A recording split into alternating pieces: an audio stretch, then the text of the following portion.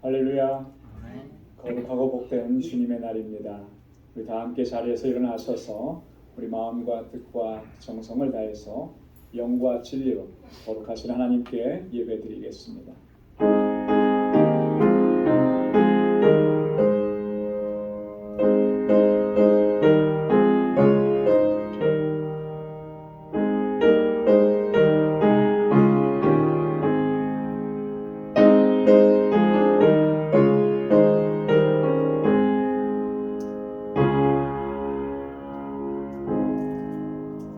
여호와께서 통치하시니 만민이 떨 것이요 여호와께서 그룹 사이에 자정하시니 땅이 요동할 것이로다.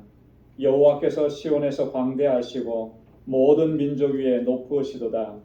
주의 크고 두려운 이름을 찬송할지어다. 그는 거룩하시도다. 너희는 여호와 우리 하나님을 높여 그 발등상 앞에서 경배할지어다. 그는 거룩하시도다. 아멘.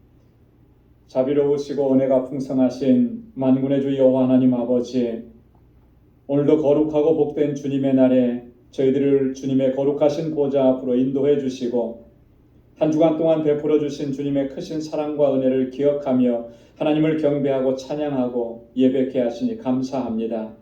우리 안에 찾아와 주셔서 우리의 상한 심령을 만져주시고 더럽고 추하고 악한 이 심령을 주의 보혈로 깨끗하게 씻어주셔서 거룩하게 하옵시고 주님의 임재 안에 거하는 이 복된 시간이 되도록 도와주옵소서.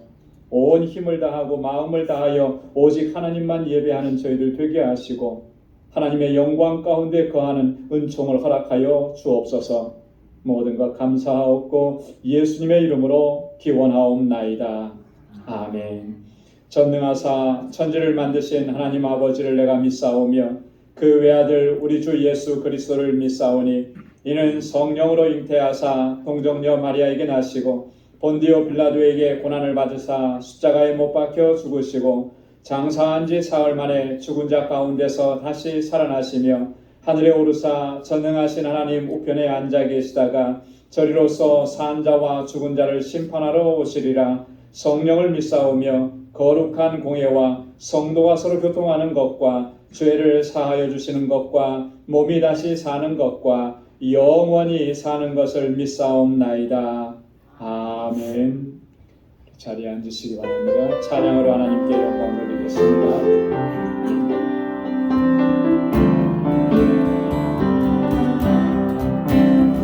예수로 나의 구주 삼고 성령과 피로써 거듭나니 이 세상에서 내 영혼이 하늘의 영광 누리도다. 이것이 나의 간증이요 이것이 나의 찬송일세. 나 사는 동안 끊임없이 구주를 찬송하리로다. 온전히 주께 맡긴대요. 사랑의 음성을 듣는 중에 정상의 왕래하는 것과 하늘의 영광 누리도다. 아멘. 이것이 나의 간증이요 이것이 나의 찬송일세.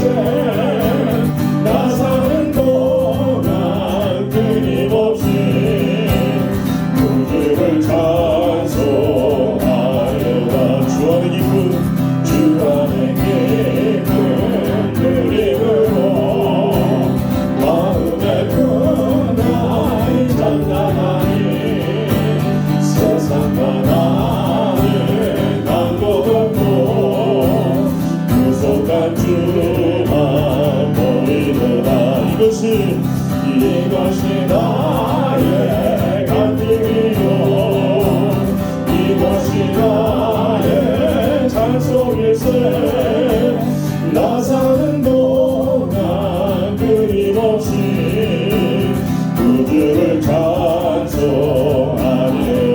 주 안의 기쁨 주 안의 기쁨 누림으로 마음의 풍랑이 잔잔하니 아멘 세상과 나를 바꿔놓고 구속한 주만 보이노라 아멘 이것이 나의 간증이요 이것이 나의 찬송일세 나 사는 동안 끊임없이 구주를 찬송하리로라 이것이 나의 간증이요 이것이 나의 찬송일세 나 사는 동안 끊임없이 구주를 찬송하리로라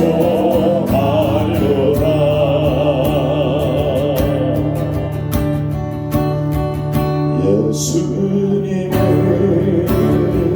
사랑이라 날 끝없이 기다린 그 사랑이 날 찾아왔네 그 사랑이 날 찾아왔네 예수님은 사랑이라 예수님은 사랑이라 예수님은 사랑이라 생명까지 내어준 그 사랑이 날 찾아왔네 예수님은 사랑이라 내 안에 흐르는 예수의 오여 온 세상을 세상에 흘러 오늘 알게 되니 예수님은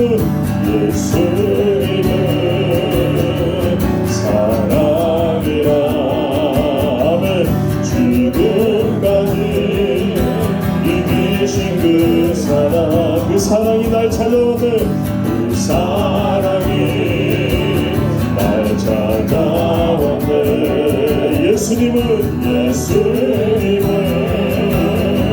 사랑이라 온 세상에 흘러 얼굴 아래 흐르는 예수의 본 예수의 오여 온 세상에 흘러 모두 알게 되니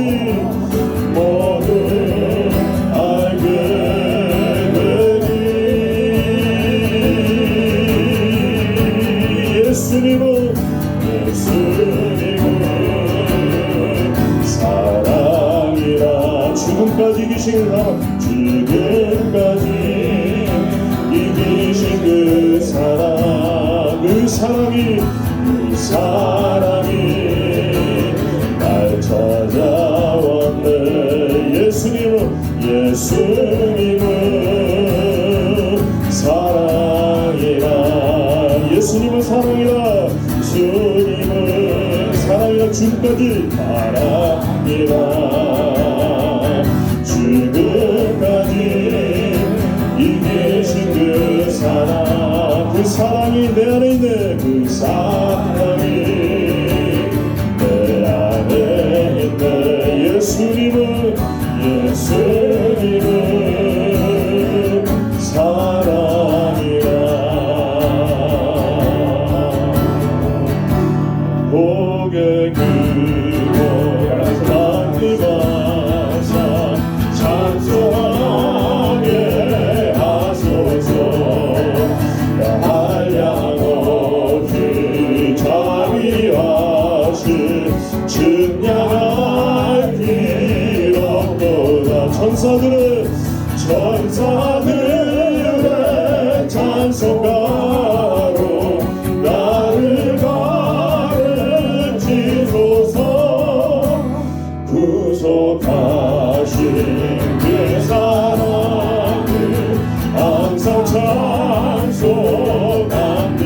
주의 크신 도움받아 주의 크신 도움받아 이때까지 왔으니 이와 같이 천국에도 이르기를 바라네. 우리 하나님의 품을 떠나 죄에 빠진 우리를 예수 구원하시려고 보혈 흘려주셨네. 아멘. 주의 귀하를 내가 일생 빚진 자들을 일생 빚진 자들 우리 손 높여 주를 찬양합니다. 주의 은혜 사슬에서 나를 주께 뺏소서. 우리 마음은 연약하여 범죄하기 쉬우니 하나님이 받으시고 천국임을 지소서. 주의 귀한 은혜 받고 주의 귀한 은혜 받고 일생 빚진 자들은 주의 은혜 사슬에서 나를 주께 뺏소서. 우리 마음은 연약하여 범죄하기 쉬우니 하나님이 받으시고 천국임을 지소.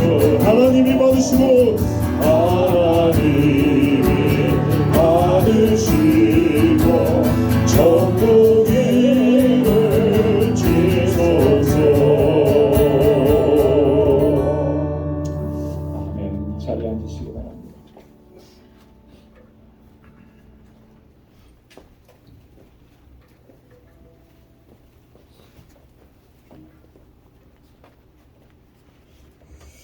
감사와 찬송과 영광을 받으시기에 합당하신 하나님 아버지,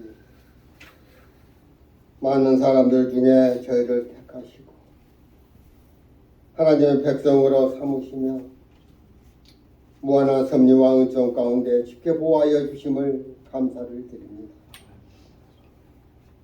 4월 마지막 주일 거룩한 성일의 주의 전으로 저희들을 불러 모아 주시고 감사와 찬송과 영광을 돌리며 예배드리게 하시고 주님과 신령한 교제를 통해 주님과 만날 수 있게 하여 주시니 감사를 드립니다.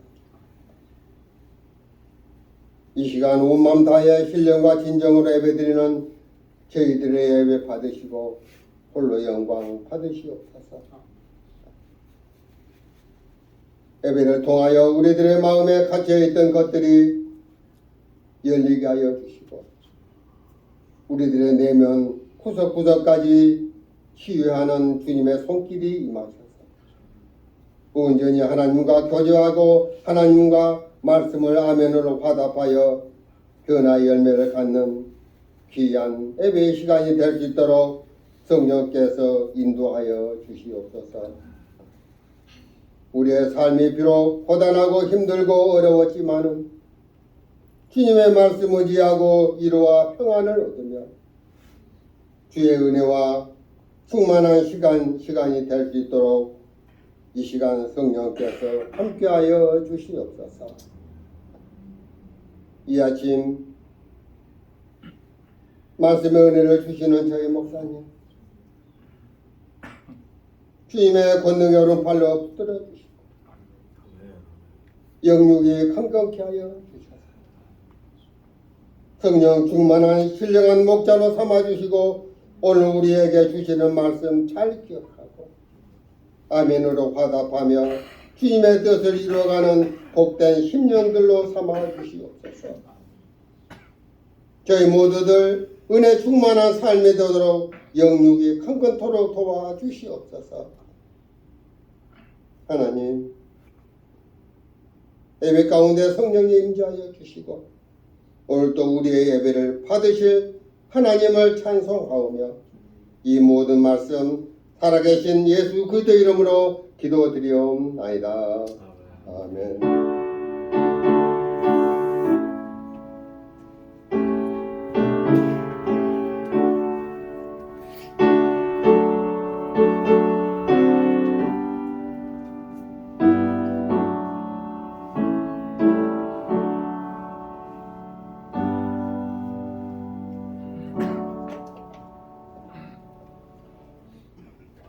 오늘 이 시간 우리에게 주시는 하나님의 말씀은 구약성경 출애굽기 20장 1절에서 6절까지 말씀입니다. 구약성경 출애굽기 20장 1절에서 6절, 구약성경 112페이지에 있습니다. 제가 말씀을 봉독하겠습니다. 하나님이 이 모든 말씀으로 일러 가라사대 나는 너를 애굽 땅 종되었던 집에서 인도하여 낸 너희 하나님 여호와로라. 너는 나 외에는 다른 신들을 내게 있게 말지니라. 너를 위하여 새긴 우상을 만들지 말고 또 위로 하늘에 있는 것이나 아래로 땅에 있는 것이나 땅 아래 물속에 있는 것에 아무 형상이든지 만들지 말며 그것들에게 절하지 말며 그것들을 섬기지 말라. 나 여호와 너의 하나님은 질투하는 하나님인즉 나를 미워하는 자의 죄를 갚되 아비로부터 아들에게로 3, 4대까지 이르게 하거니와 나를 사랑하고 내 계명을 지키는 자에게는 1000대까지 은혜를 베푸느니라. 아멘. 할렐루야.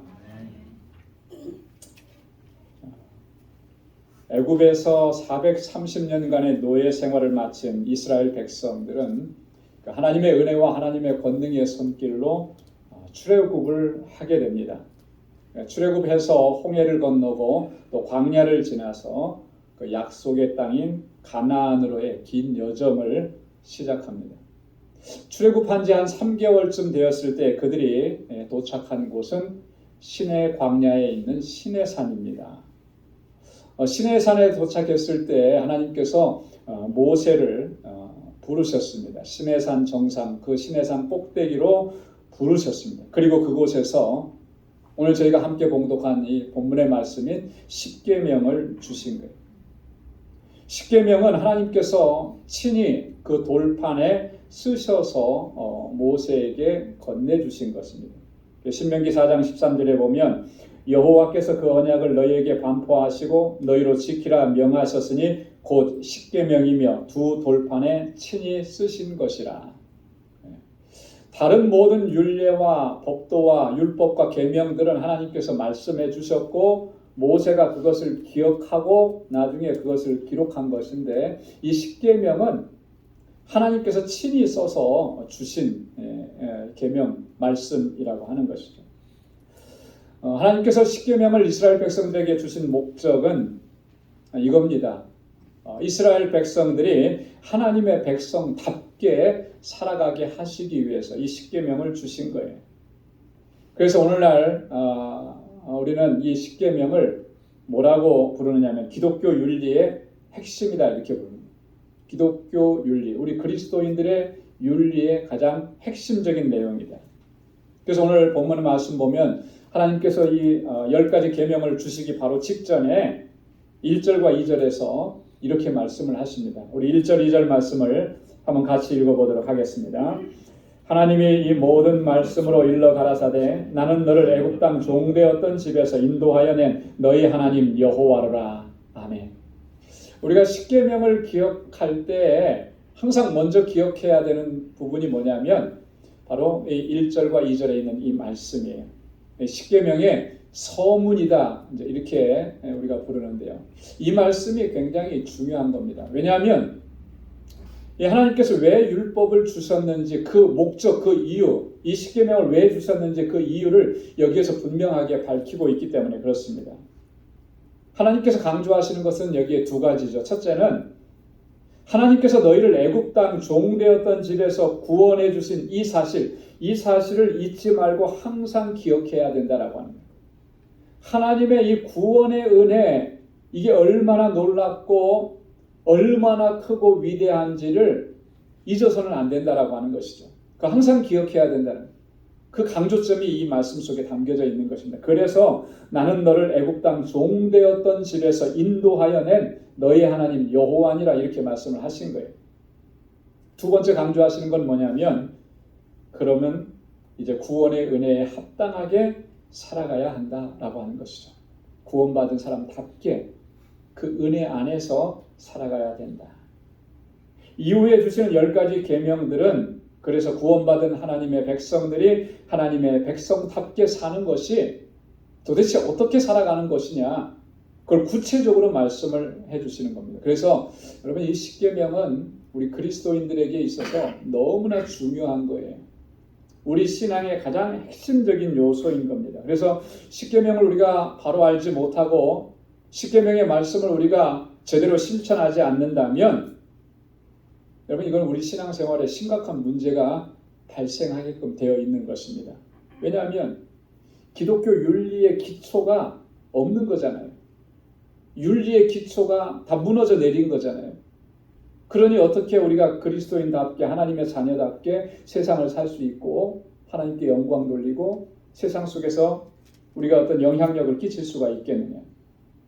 여러분 오늘날 우리 그리스도인들이 또 우리 교회 공동체가 세상 속에서 정말 빛과 소금의 사명을 제대로 감당하지 못해서 얼마나 많이 믿지 않는 사람들 가운데서 비난받고 조롱받고 비판을 받는 이런 일들이 얼마나 많이 일어나는 거예요. 이 모든 것들의 근본적인 원인을 찾아가 보면 사실 여기에 있는 거예요. 우리가 십계명에 있는 이 말씀들을 너무나 소홀히 여기는 거죠. 그래서 십계명을 제대로 알지 못하고요. 또 알지 못하니까 더 나아가서 실천하지도 않는 거죠. 그냥 십계명은 예전에 모세를 통해서 하나님께서 주셨던 오래된 문서에 있는 출애굽기에 있는 그 말씀 이런 정도로밖에는 생각을 안 하는 거예요. 그게 내 삶 속에서 어떻게 실천되어야 되고 내가 어떻게 그 말씀대로 순종하면서 살아야 되는지 이거에 대해서는 전혀 생각이 없는 거죠. 여기서부터 문제가 시작이 되는 겁니다. 여러분 십계명 순서대로 다 기억하고 계시나요? 아마 기억하실 것 같아요. 이거 기억 못한다면 좀 심각한 문제가 발생할 수 있는 거예요. 왜냐하면 기억하지 못하는 것, 그거 어떻게 실천하면서 살 수 있겠습니까? 그죠?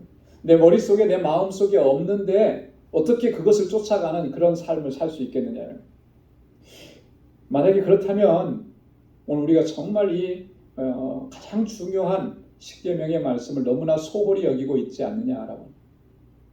그래서 오늘과 다음 주일 2주간에 걸쳐서는 이 십계명의 첫 번째 부분, 첫 번째 파트입니다. 하나님과 우리와의 관계에서 우리가 어떤 자세를 가져야 하는지, 어떻게 해야 하는지를 우리가 2주간에 걸쳐서 한번 좀 말씀을 묵상하려고 합니다. 오늘은 제1계명과 제2계명이에요.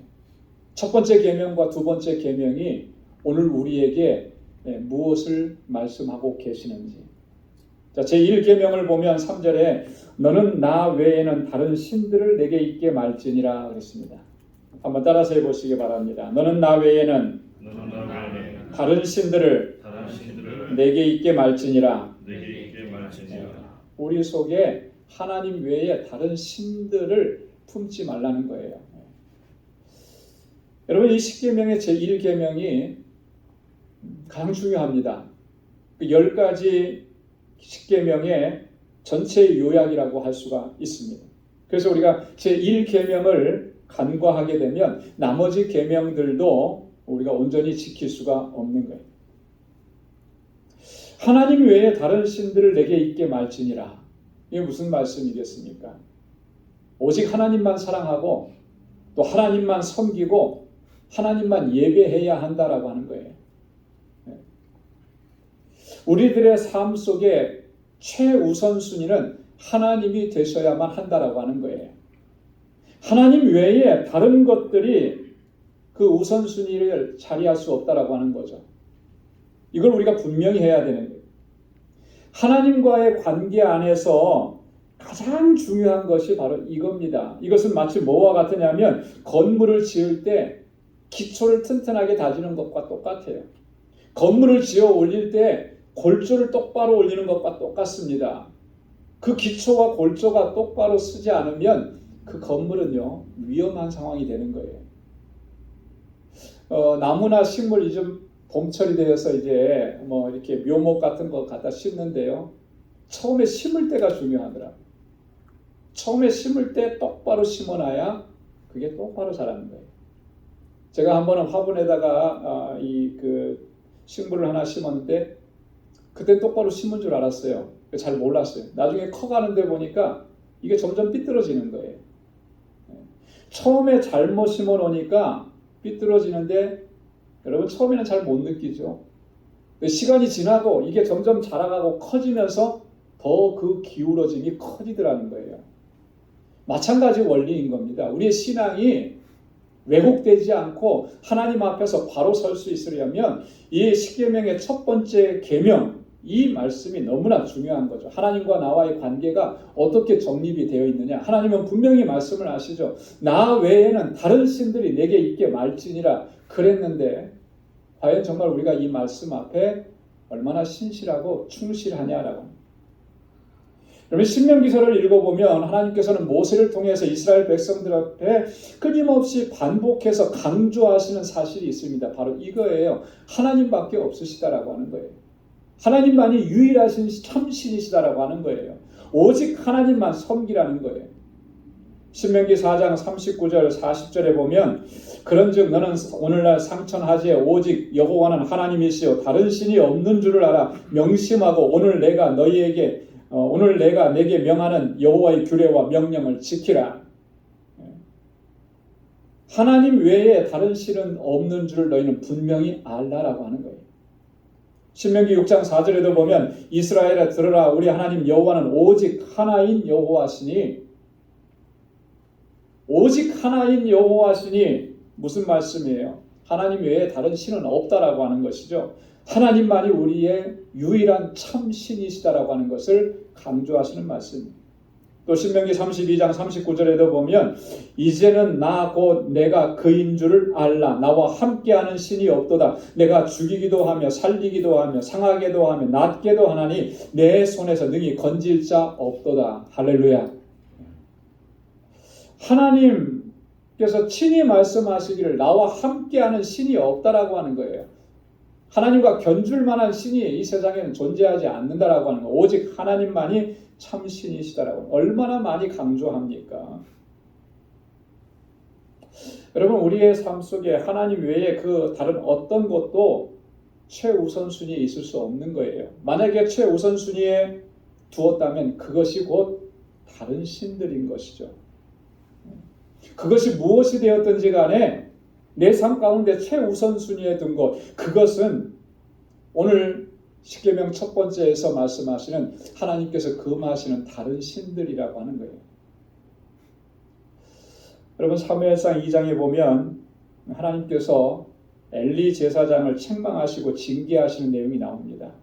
거기에 보면 이렇게 징계하세요. 사무엘상 2장 29절에 너희는 어찌하여 내가 나의 처소에서 명한 나의 제물과 예물을 밟으며 내 아들들을 나보다 더 중히 여겨 내 백성 이스라엘에 드리는 가장 좋은 것으로 스스로 살찌게 하느냐.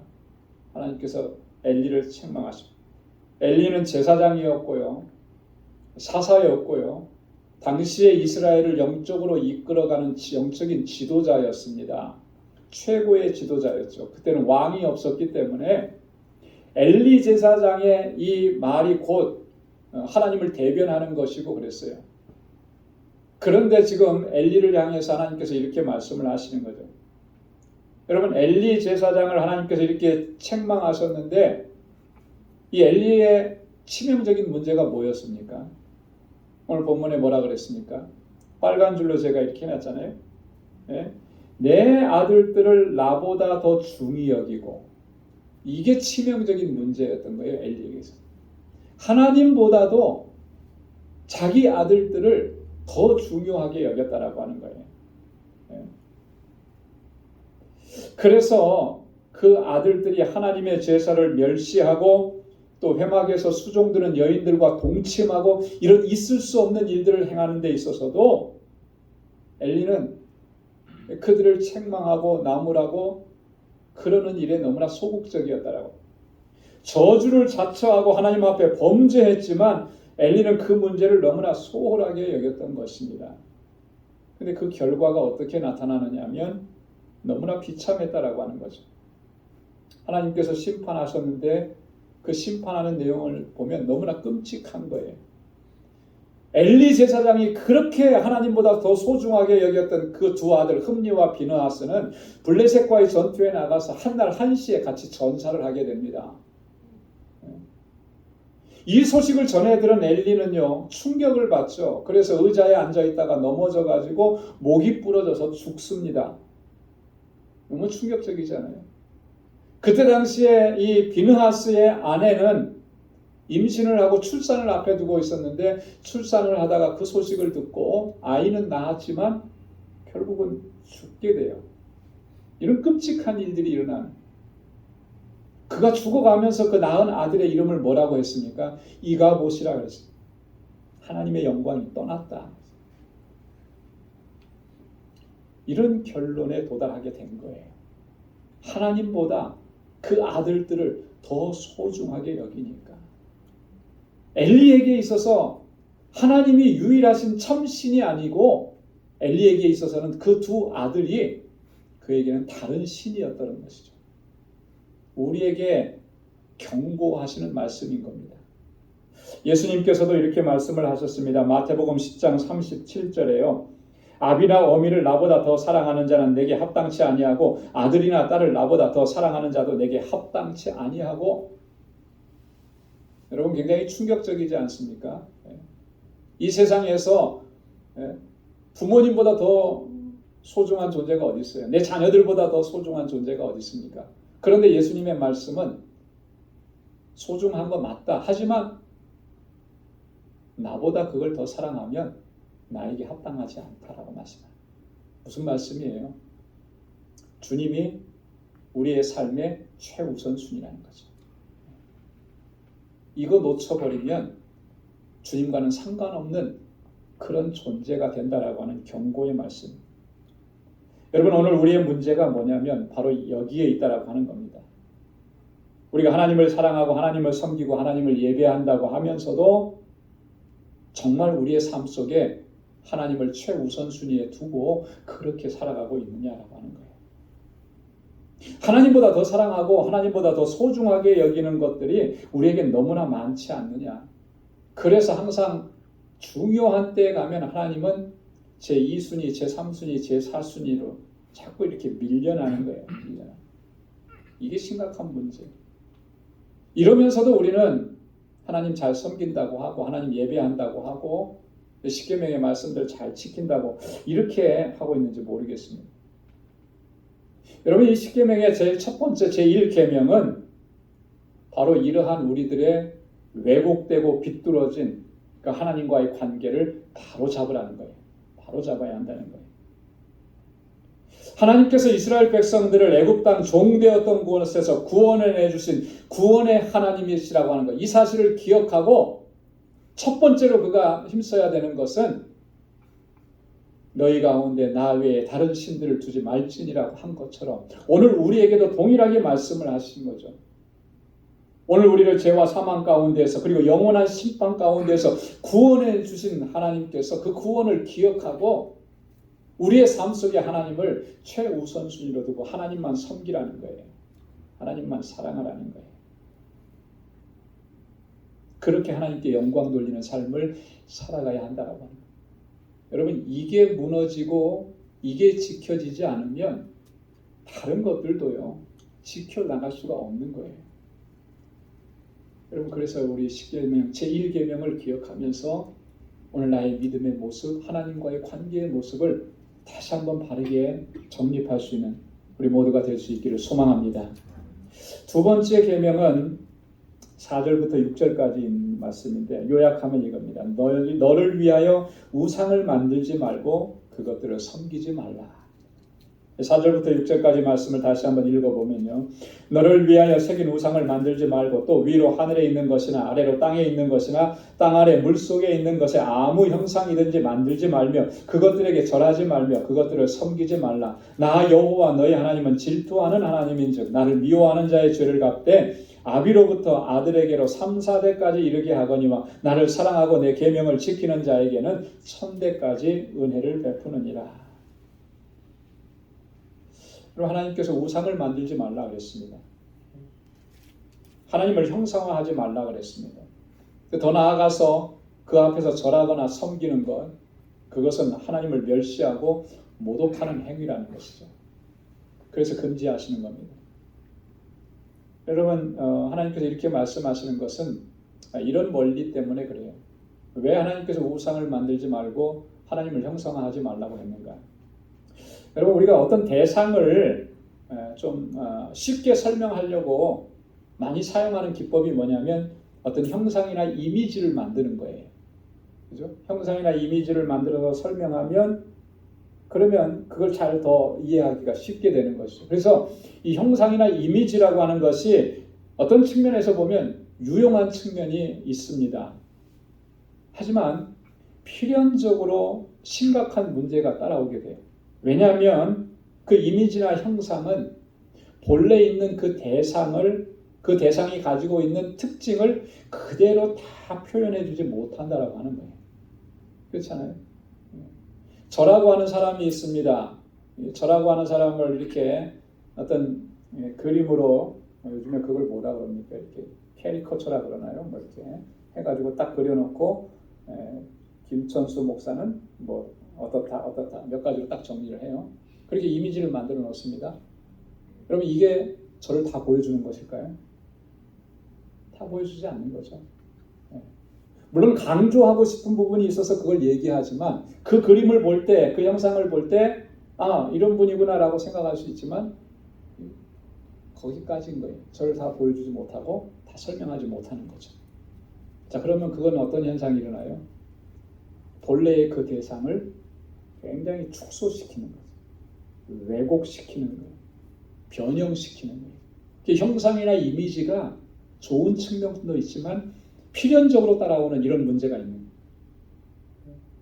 하나님을 형상화하게 되면 이런 심각한 문제가 필연적으로 따라오게 되는 거예요. 하나님은 어떤 분이십니까? 하나님은 영원하시고 하나님은 거룩하시고 완전하시고 그 하나님의 성품과 하나님의 속성, 그 하나님의 성품과 속성은 피조물의 그 어떠한 것으로도 다 표현할 수가 없는 거예요.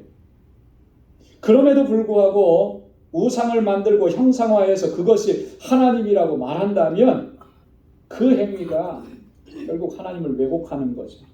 축소하고 변형하고 그렇게 하나님을 모독하는 거예요. 그래서 토저 목사님은 그의 책에서 형상의 위험이라고 하는 책을 썼어요. 형상의 위험.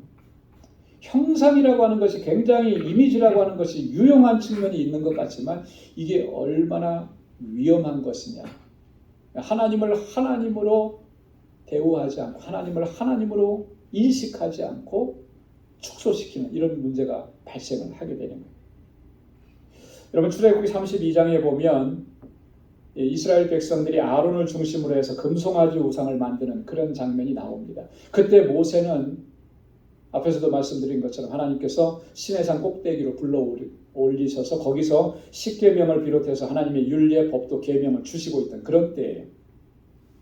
금송아지 우상을 만들고 나서 이스라엘 백성들이 이렇게 얘기합니다. 출애굽기 32장 4절로 6절에 보면 아론이 그들의 손에서 그 고리를 받아 부어서 각도로 새겨 송아지 형상을 만드니 그들이 말하되 이스라엘아 이는 너희를 애굽 땅에서 인도하여 낸 너희 신이로다 하는지라. 금송아지를 만들어 놓고 뭐라고 하냐면 너희를 애굽 땅에서 인도해낸 너희 신이다 이렇게 얘기하는 거예요. 금송아지를 하나님인 것으로 형상화해서 만들어 놓고 이것이 너희를 인도해낸 하나님이다 이렇게 얘기하는 거죠. 자, 그리고 나서 더 가관입니다. 아론이 보고 그 앞에 단을 쌓고 이에 공포하여 가로되 내일은 여호와의 절이리니라 하니 이튿날에 그들이 일찍이 일어나 번제를 드리며 화목제를 드리고 앉아서 먹고 마시며 일어나서 뛰놀더라. 금송아지 형상을 만들어 놓고 그것이 하나님이라고 그 앞에서 단을 쌓고 번제를 드리고 화목제를 드리고 먹고 마시고 뛰노는 이런 장면, 이게 지금 시내산 아래에서 이루어지고 있었다라고 하는 것이죠. 자, 지금 이들은 뭘 하고 있는 걸까요?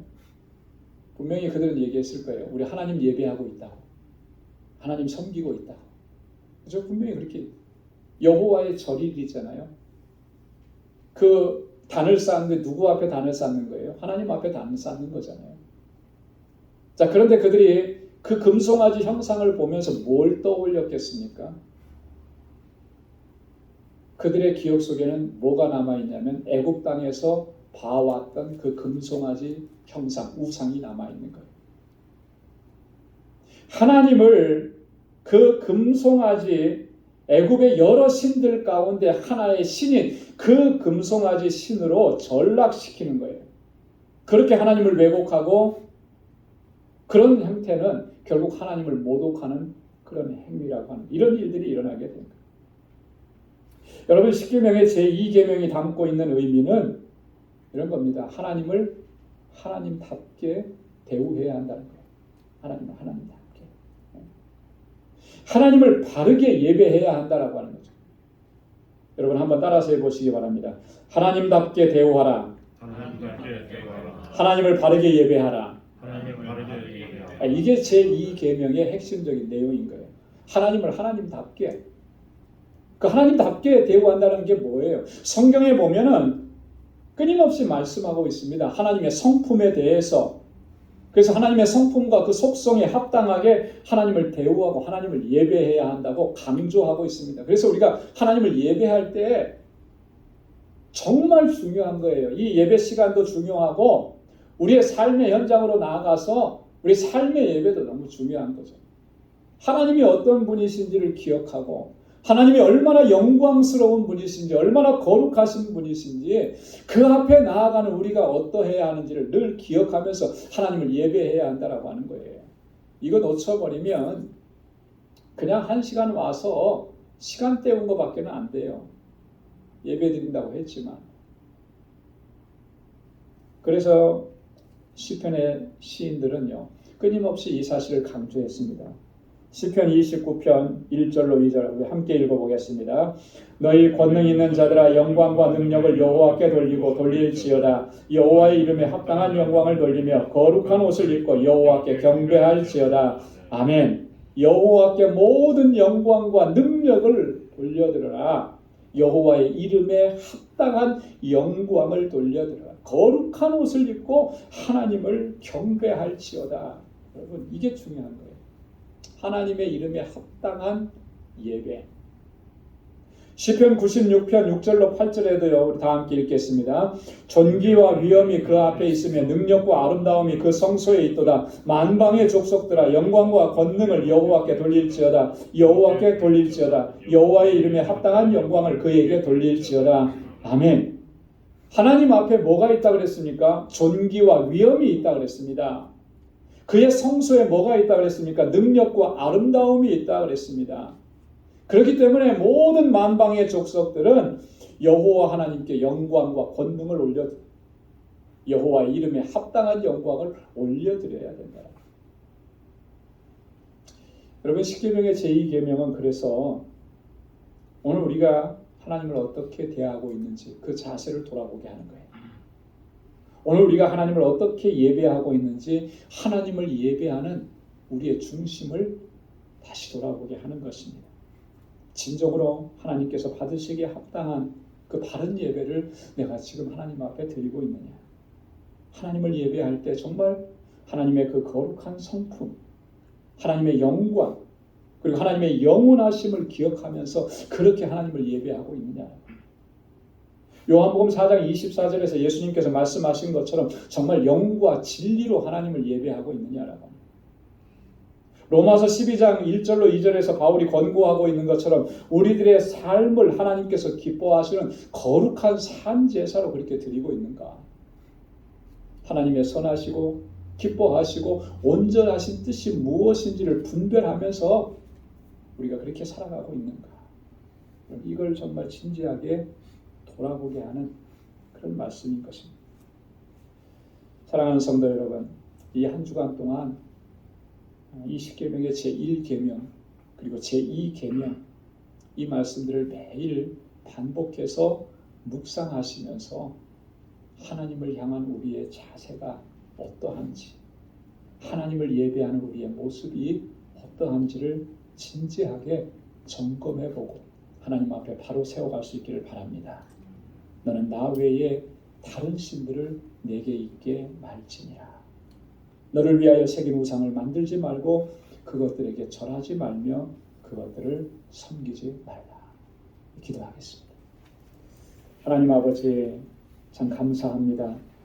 오늘도 이 아침 주님께서 저희에게 귀한 말씀으로 하나님 깨닫게 하시고 우리 자신을 돌아볼 수 있게 하시고 하나님 앞에 우리를 바로 세워갈 수 있도록 하나님 주의 말씀으로 우리를 깨우쳐 주시니 감사합니다.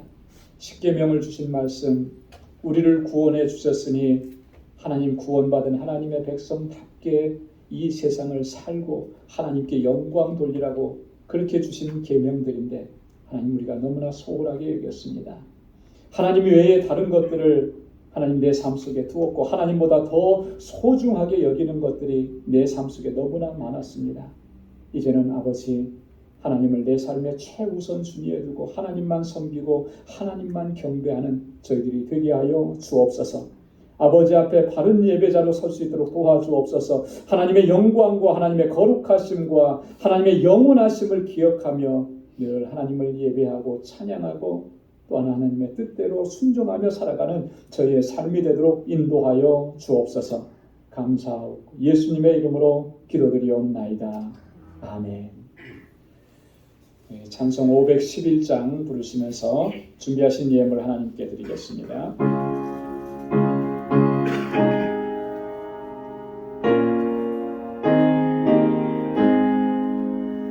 내 구주 예수 더욱 사랑 엎드려 비는 날 되레소서. 내 진정 소원이 내 구주 예수를 더욱 사랑 더욱 사랑. 이전의 세상만 기뻤어도 지금 내 기쁨은 오직 예수. 다만 내게는만 내 구주 예수를 더욱 사랑 더욱 사랑. 이 세상 떠날 때 찬양하고 숨길 때 하는 말 이러실세.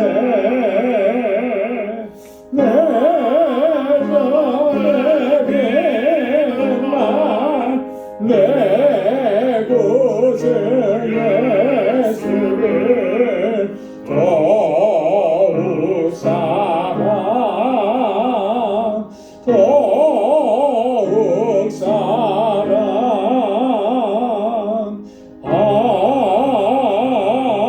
아멘.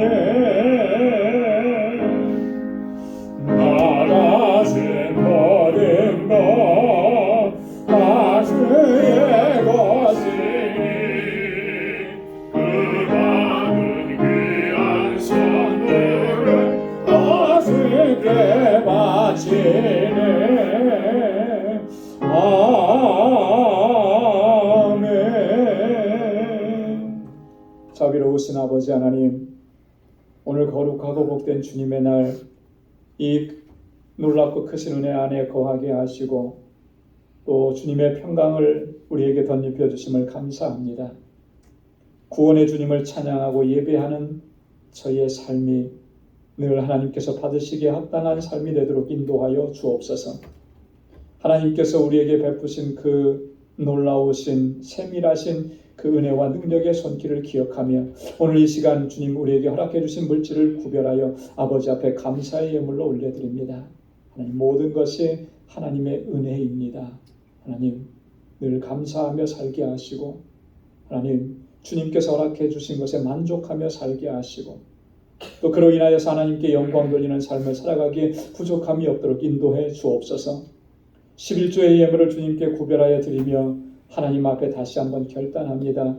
나의 주인 되신 하나님, 나를 향하신 하나님의 주권을 인정하며 온전한 순종으로 나아갈 수 있도록 성령께서 항상 우리의 삶을 주장하시고 인도하여 주옵소서. 아버지 하나님, 선교의 예물로 구별하여서 드렸습니다.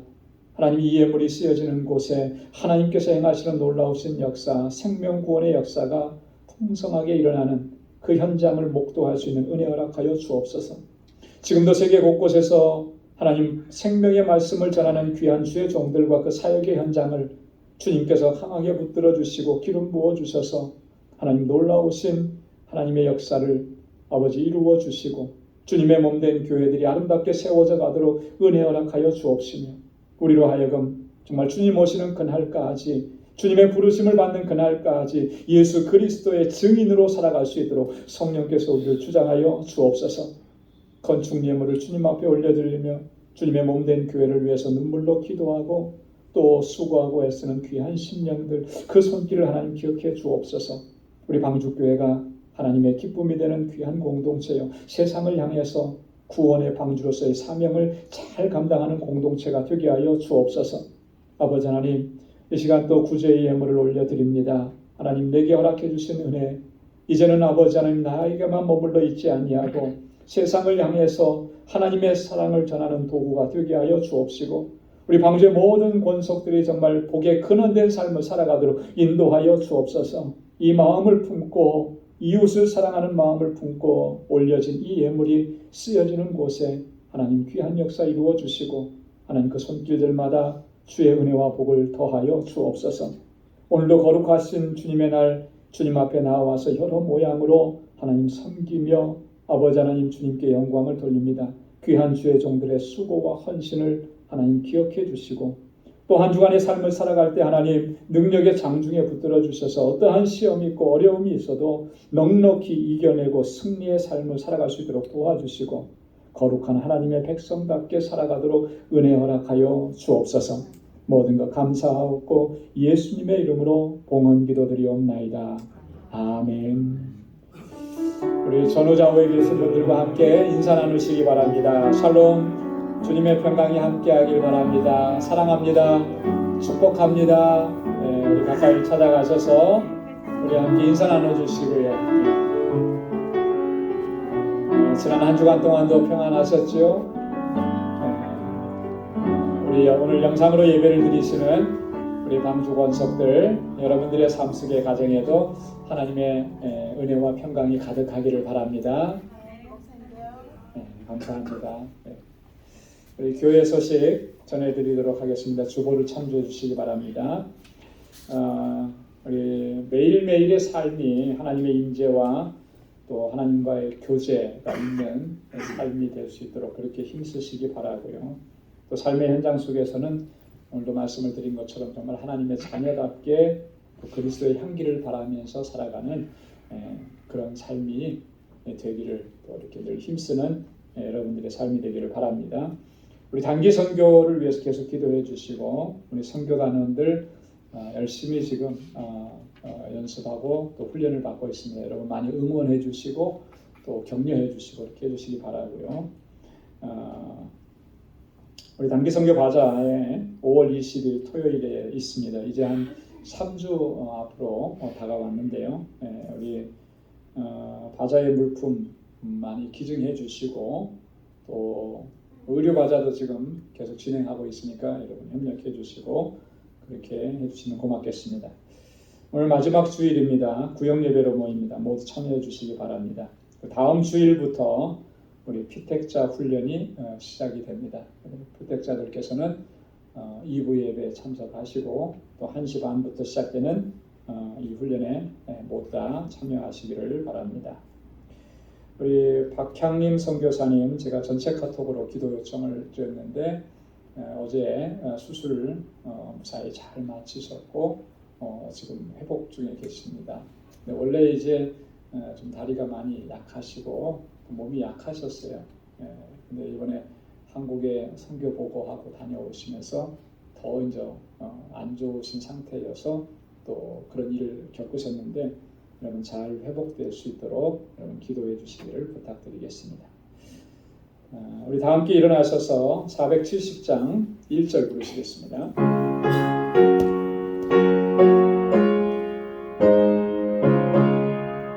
내 평생에 가는 길 순탄하여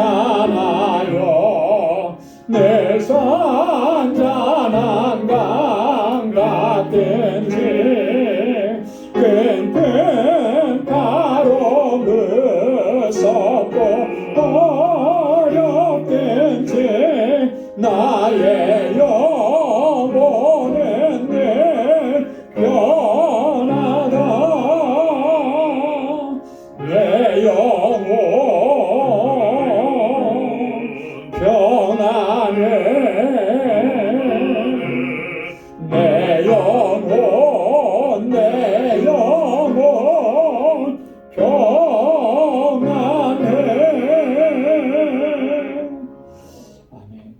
이제는 우리 주 예수 그리스도의 무한하신 은혜와 하나님 아버지의 크고 놀라우신 사랑과 성령의 위로 교통 충만하심의 역사가 오직 하나님만 섬기고 하나님만 예배하고 우리의 마음과 뜻과 정성을 다하여 하나님의 영광을 위해서 살아가기로 결단하는 우리 방주의 모든 믿음의 권속들과 또 저들의 가정과 직장, 생업의 터전과 학업 위에 이제로부터 영원까지 함께 하시기를 간절히 축원하옵나이다.